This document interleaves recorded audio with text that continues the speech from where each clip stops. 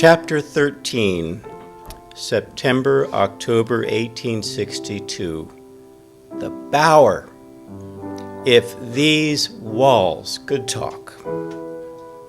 After the Antietam battle, Confederate men crossed at Packhorse Ford below Shepherdstown, while General Jeb Stuart's cavalry crossed further upriver at the more dangerous Shepherd's Ford. After a final battle Saturday, September 20th, at Shepherdstown at Packhorse Ford, they all went into camp to rest, eat, and debug themselves.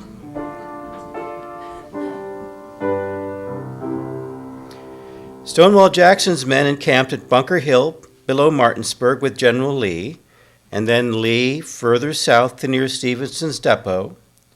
Federal Commander George McClellan confounded and vexed both the enemy and President Lincoln with the myriad reasons he doled out for not restarting the fight with Lee's recovering but weaker army, choosing instead to vacation, as it were, on the Maryland side of the Potomac. Even Stuart's cavalrymen mocked McClellan's inertness in early October, taking General Lee's order to recross into Maryland and to Pennsylvania and to ride around the entirety of McClellan's army, grabbing 1,000 horses en route. This staged show of strength had the additional purpose of keeping McClellan indecisive. Lee was also by this show politically influencing mid-Atlantic voters who would soon cast votes for a new Congress. This chapter, however, is about how Jeb Stuart and his 150-man staff and friends found paradise at the Bower and made the most of it for a month. The Bower was the home of Adam Stephen Dandridge, the friend of Alexander Butler. Years before, you may recall that Dandridge introduced Butler to his future wife at Princeton, New Jersey.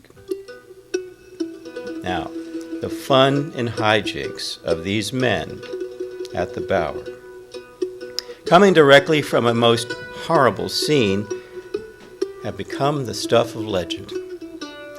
The Bower, looking west from its magisterial perch atop a hill along the Opequon, remains to this day in the Dandridge family. One can only surmise that after the Dandridges extended their hospitality to Stuart's contingent, the cavalryman's departure must have left the Dandridge family clean out of provisions and extremely vulnerable to retribution by the federal armies. The legend of the Bower. Serena Catherine Dandridge, one of the two eldest young daughters of the Bower's owner, wrote,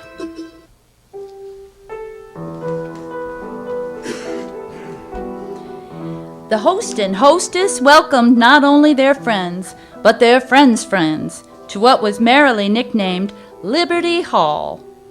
The resources of the house were manifest. Fat cattle in the pastures, poultry in the surrounding hills, many gardens in the rich bottomlands in front, with 50 servants always at one's beck and call. Every bit of room availed to hold a guest. In the attic and on vast mattresses thrown down in lack of other accommodation, the children dreamed sweetly of the morrow. Back of the house lay numerous terraces and plots, planned and planted by the artistic taste of my grandmother. Here, amidst the rich shrubberies, we'd look sheer across the valley, from the Blue Ridge to the North Mountains, all over the lovely land. We gloated on the paradisical beauty of the beloved home, and loved to put a wealth of flowers about it, and to read its praises written, as they often were, in prose or verse."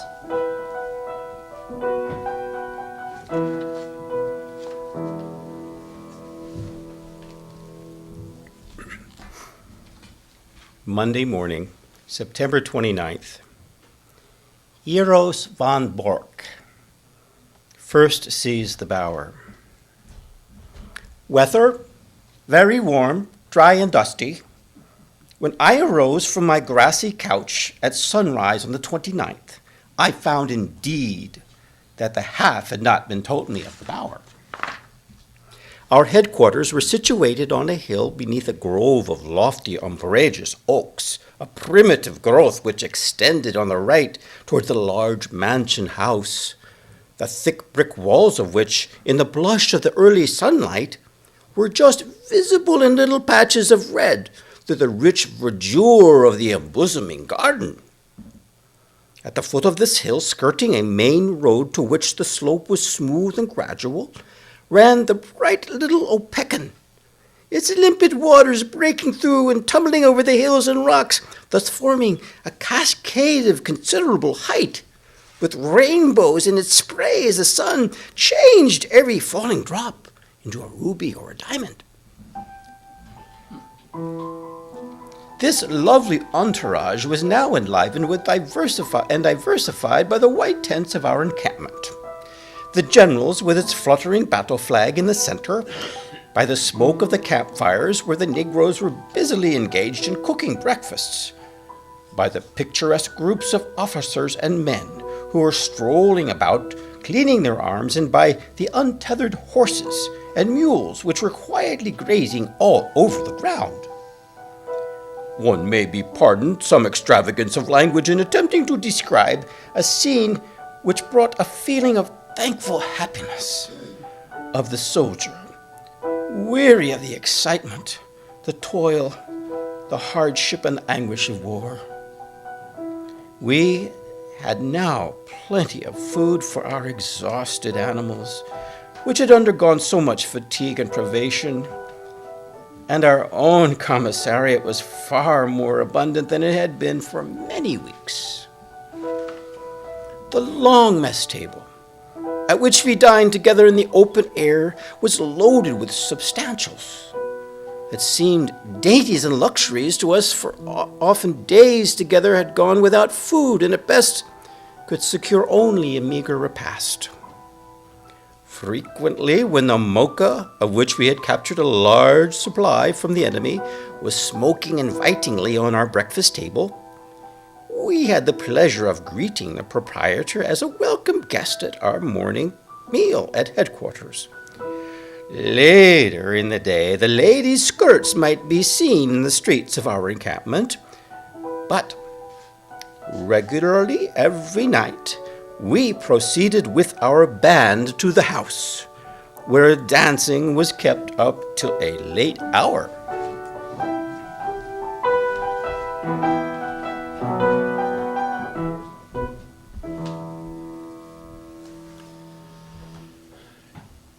Evening, Wednesday, very early morning, Thursday, October 1st and 2nd, Shepherdstown, Virginia. Stuart and Von Bork visit the home of Lily Perrin Lee, East German Street, Shepherdstown, Virginia. And she gives Stuart the silver spurs that her husband wore when he died at the First Battle of Manassas Bull Run. These were the spurs that Stuart was given years earlier and that he had graciously given to her husband and his close friend, William F. Lee. While visiting, Stuart also invited her and many of the town's young ladies to a ball at the Bower. Thursday weather, forenoon quite warm. Afternoon, thundering, small clouds passing around. Evening, fine breeze sprang up. Netta Lee recalls how she and a group of older, more sophisticated Shepherdstown ladies rode in a van provided by Confederate General Jeb Stuart, visiting her relative General Robert E. Lee, and going to an unforgettable night of dancing and festivities at the Bower.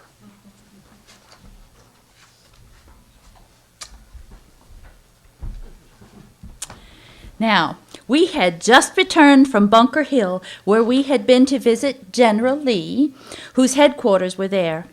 I had messages from my mother and Mrs. George Robinson and several others.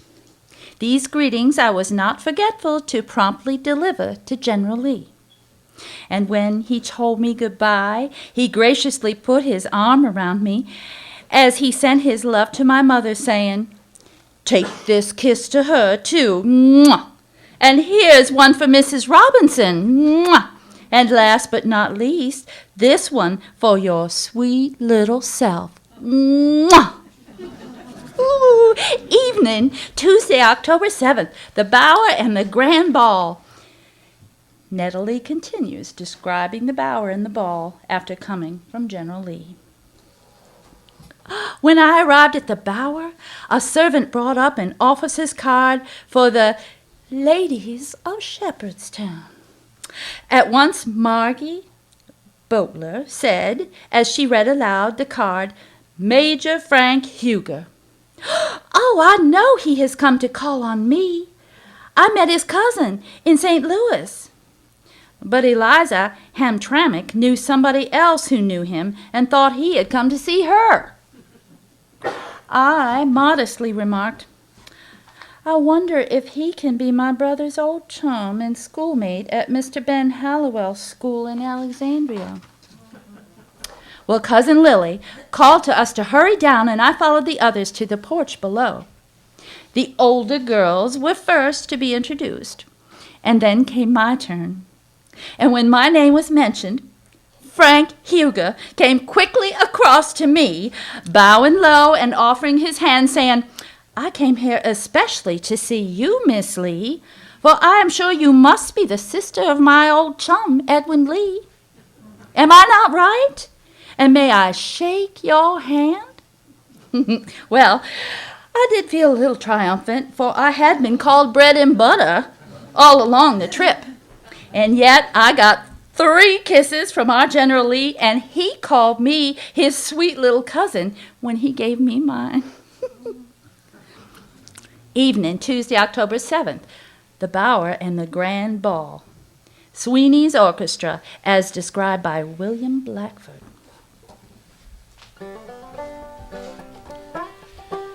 We had at headquarters a capital band of singers who were accompanied by Sweeney on his banjo, Bob, the general's mulatto servant, on the bones, and occasionally by a violin and other instruments. But the main standby was Sweeney and his banjo, and every evening at the Bower, this formed a part of the entertainment. The music program. Grand Overture, Orchestra. Cottage by the Sea, Sweeney. Lily Dear, Sweeney. When the Swallows Fly Homeward, sung by Stewart. Look a there now, Captain, Tiernan Bryan. Going Down to Town, played by Sweeney. Ever a Thee, Money Musk. The Separation, I Ain't Got No Time to Tarry. Evelyn, Lively Peace, Soldier's Dream. Now Blackford gives his account of the ball's mysterious, uproarious couple, the Pennsylvania farmer and his wife, actually Von Bork and Bryan. One evening, when there was an invited company with the parlors all full, Van Bork and Bryan gave us another capital performance. They were to appear as Patty and his sweetheart. Mr. and Mrs. Dandridge were the only 2 persons in on the secret, and Van Bork and Bryan were taken secretly upstairs for preparations under their care.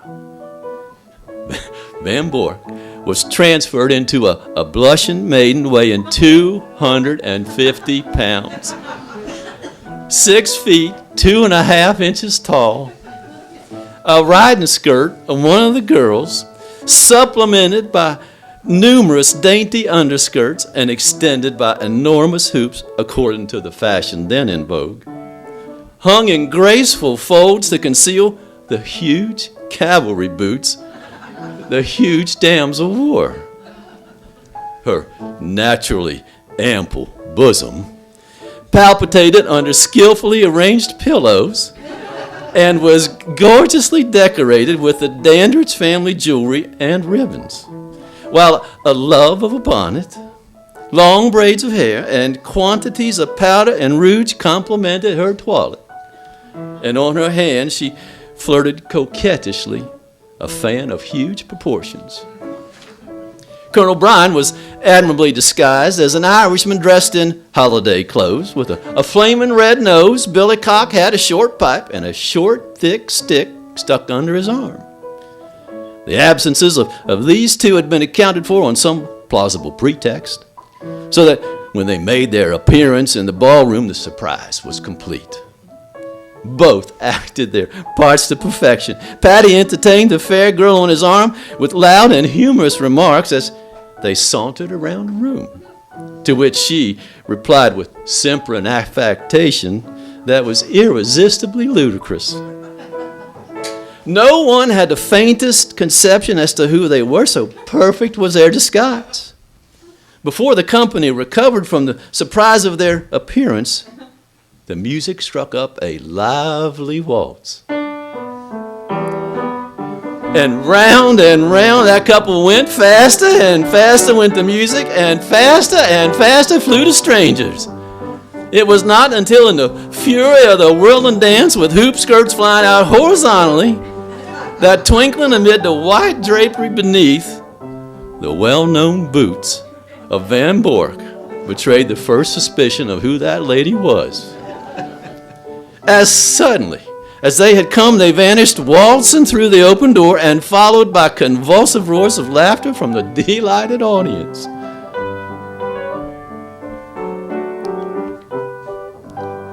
Nothing would satisfy that company but their reappearance. And then they came, arm in arm, to enter into conversation with their friends. The skill of their disguise and their acting was now even more remarkable than at first. It was really difficult to detect their personalities even then. And von Bork himself recalled, "So joyous the night went on with dancing and merriment until the sun stole in at the windows, and the reveille sounding from camp reminded us that the hour of separation had arrived." Sunday, October 26th, Stewart's Born in the Saddle Horsemen play Double Dare Ya. Von Bork's Revenge. Von Bork challenges Blackford and Stewart to riding derring-do. This occurred 2 weeks after Blackford and Stewart led 1,800 cavalrymen in a madly dangerous ride around Federal General George McClellan's entire army, driving deep into Pennsylvania and coming back triumphantly to the Bower. And von Bork was specifically ordered to stay behind at the Bower and not join the expedition, possibly due to his reputation for running horses hard to exhaustion with his considerable size and weight. Now, the following might have been von Bork's defiant answer for this subtle insult. He himself recalled, "On Sunday, the 26th of October, there was a grand review of Hampton's brigade, which was attended by the ladies from far and near, and as the day was lovely, it proved a fine military spectacle.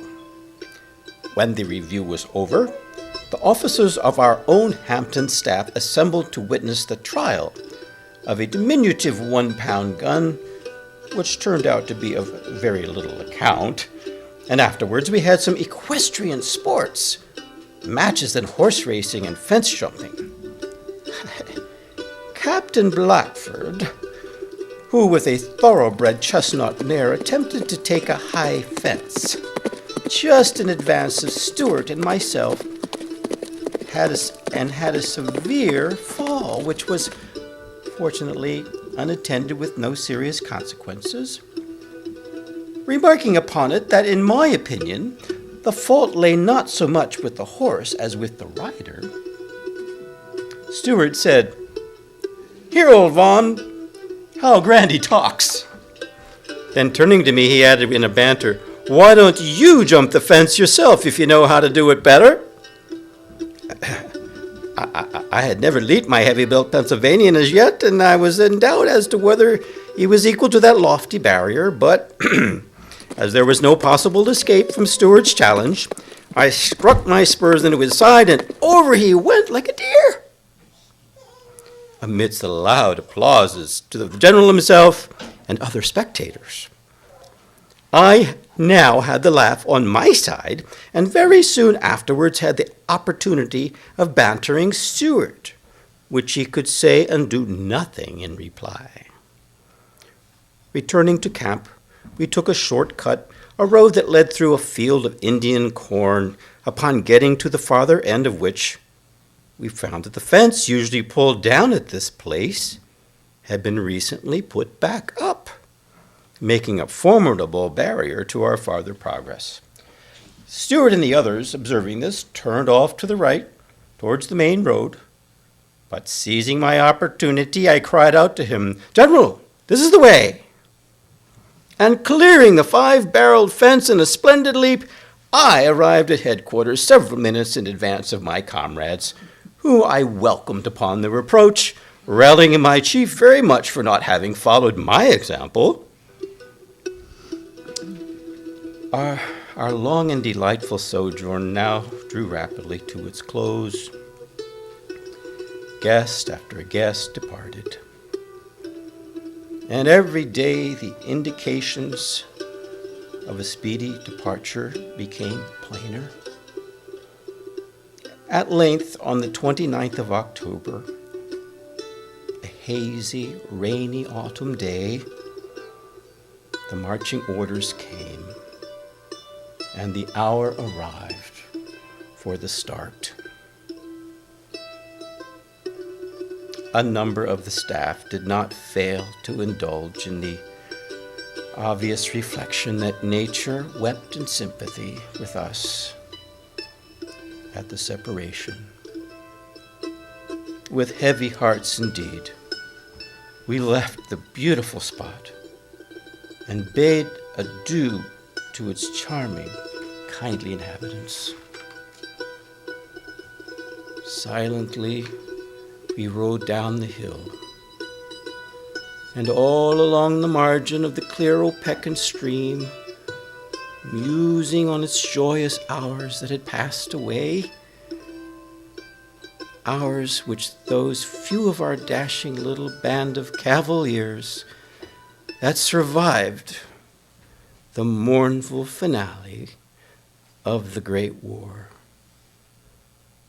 will ever hold in grateful remembrance. How can I bear to leave thee? One parting kiss I give thee, and then whate'er befalls me, I go where honor calls me. Farewell, farewell, my own true love. Farewell, farewell, my own true love. A young nation would continue killing itself for issues so divided and hopeless that many entrusted solutions to Providence alone. The war would rage down its long, dusty path for 30 more months, leaving this nation with a deep, everlasting, contemplative scar. And some were nobly saved to become the last best hope of earth. In the beauty of the lilies, Christ was born across the sea, with a glory in his bosom that transfigures you and me. As he died to make us holy, let us live to make all free, while God is marching on.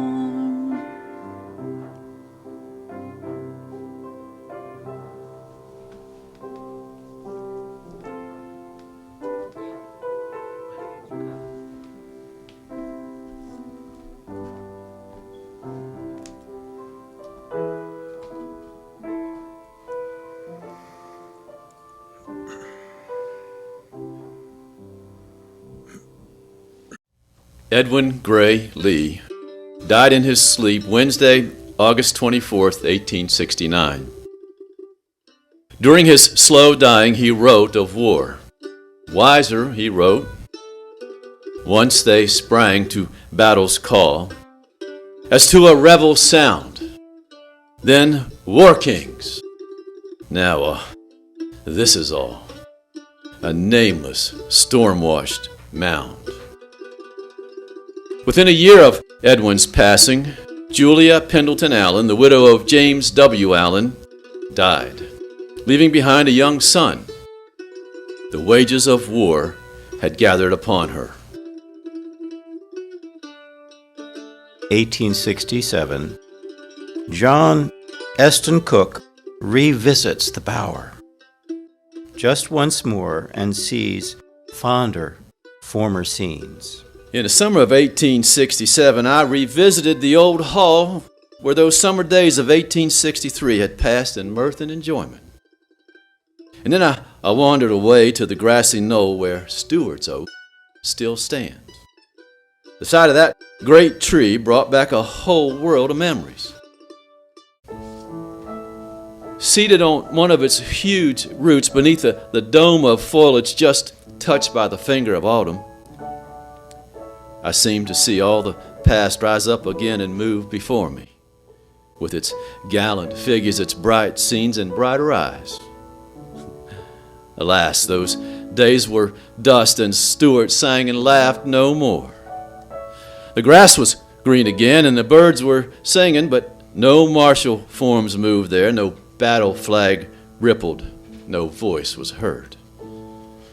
Stewart was dead.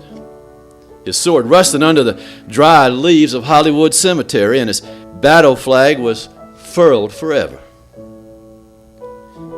That hour under the old oak in the autumn of 1867 was one of the saddest that I have ever spent.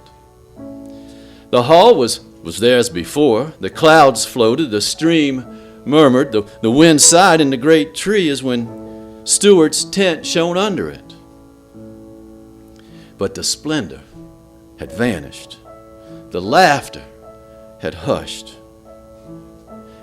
It was a company of ghosts that gathered around me, and their faint voices sounded from another world.